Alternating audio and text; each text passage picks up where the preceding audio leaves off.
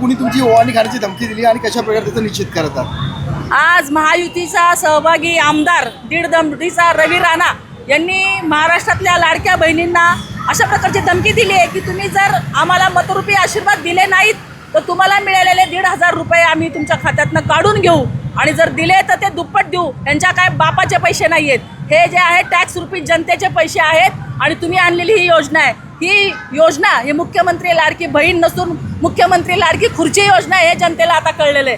कारण आज एक आमदार बोलला, आज परत महेश शिंदे नावाचा आमदार बोलला आहे की आम्ही तुमचा करेक्ट कार्यक्रम करू. म्हणजे जर तुम्ही जनतेला धमकी देणार असाल, लाडक्या बहिणींना धमकी देणार असाल तर येणाऱ्या काळामध्ये या लाडक्या बहिणी तुम्हाला तुमची जागा दाखवल्याशिवाय राहणार नाहीत.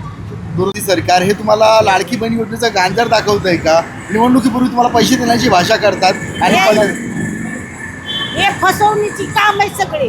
हे काय नाही, फक्त मतं घ्यायसाठी लाडकी बहीण योजना काढलेली आहे यांनी.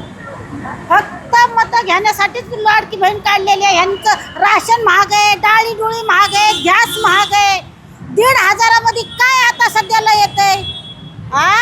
बाई आता 2 दिवस काम केलं तर ती 1,500 काम होते. ह्यांचा महिन्याचा 1,500 जाणार. मत जेव्हा पडाल तेव्हा हे 1,500 रुपये टाकणार आहेत आणि अजून 1,500 पडायच्या अगोदरच ह्यांच्या धमक्या येतात. आमचेच पैसे आम्हाला देतात आणि अजून म्हणतात की तुमच्या खात्यातून तुमचे पैसे काढून घेते.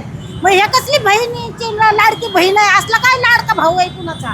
भाऊ आहे का तुमचा? तेच म्हणतो, मतदानापुरताच लाडकी बहीण दिसायली नाही का? इतक्या दिवस काय त्याला लाडकी बहीण दिसली?